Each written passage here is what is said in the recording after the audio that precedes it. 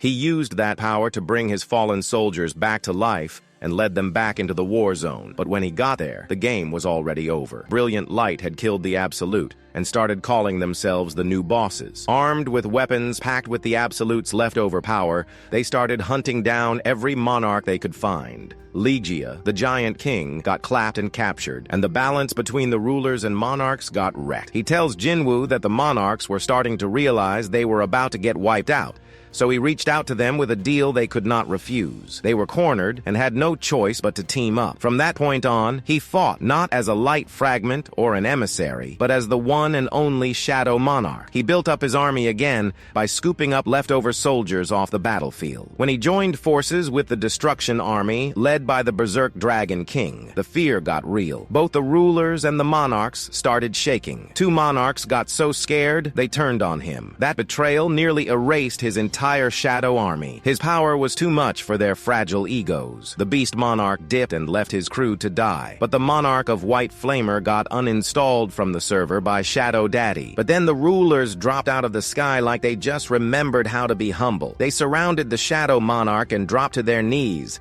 asking for forgiveness. They said the war was pointless now. They could have erased him if they wanted to, but instead they begged for peace. It was their way of honoring the guy who used to fight right beside them. But my glorious king was not ready to let that go. He asked them if they had forgotten how they stabbed his liege while calling him their master. That only made the betrayal worse. One of them tried to reason with him, saying they just wanted the war to end. But he told them, fine, if you want peace, then stab me right now and call yourselves the winners. Ilhuans backed off and begged again for forgiveness. Every soldier bowed their heads. The Shadow Monarch was tired. He could not find a way out. So he went underground to wait and plan.